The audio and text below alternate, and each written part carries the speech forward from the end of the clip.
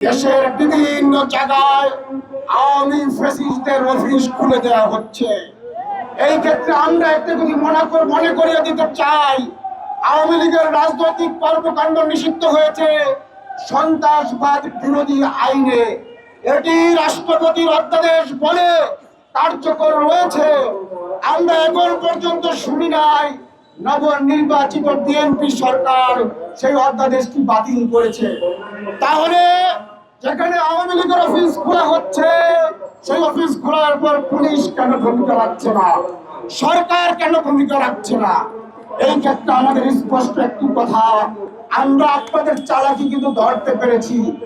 বিভিন্ন জেলায় জেলায় আওয়ামী লীগের অফিস খুলে দিয়ে আপনারা এটি নর্মালাইজেশন করতে চাচ্ছেন।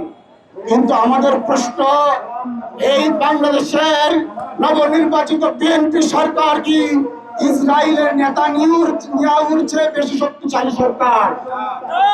তারা আমেরিকার সরাসরি টনকে টন বোমা ফেলানোর পরেও ইসরায়েলকে মুসলিম বিশ্বের সাথে নরমালাইজ করতে সক্ষম হয়নি। তাহলে একটি দুটি অফিস খুলে জুলাই গণহত্যার বিচার না করে আওয়ামী লীগকে কিভাবে নরমালাইজ করবেন?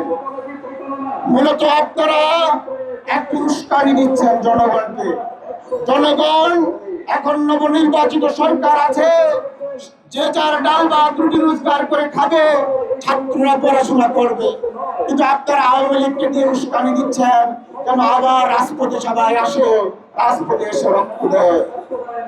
প্রিয় দেশবাসী, আমি স্পষ্টভাবে বলতে চাই, বাংলাদেশের জমিনে শুধু আওয়ামী লীগ নয়, যে কোনো ফ্যাসিবাদী দল, সংগঠন ও প্রতিষ্ঠান রাজনীতি করতে পারবে না, পারবে না, পারবে না। যদি কেউ এই চেষ্টা করে, তাহলে আমাদের সুস্পষ্ট ঘোষণা, ফ্যাসিবাদকে বাংলাদেশে নরমালাইজ করা হচ্ছে, বাংলাদেশের জনগণের বিরুদ্ধে যুদ্ধ ঘোষণা। এই যুদ্ধ আমরা গ্রহণ করব, আমরা প্রতিরোধ রচনা করব।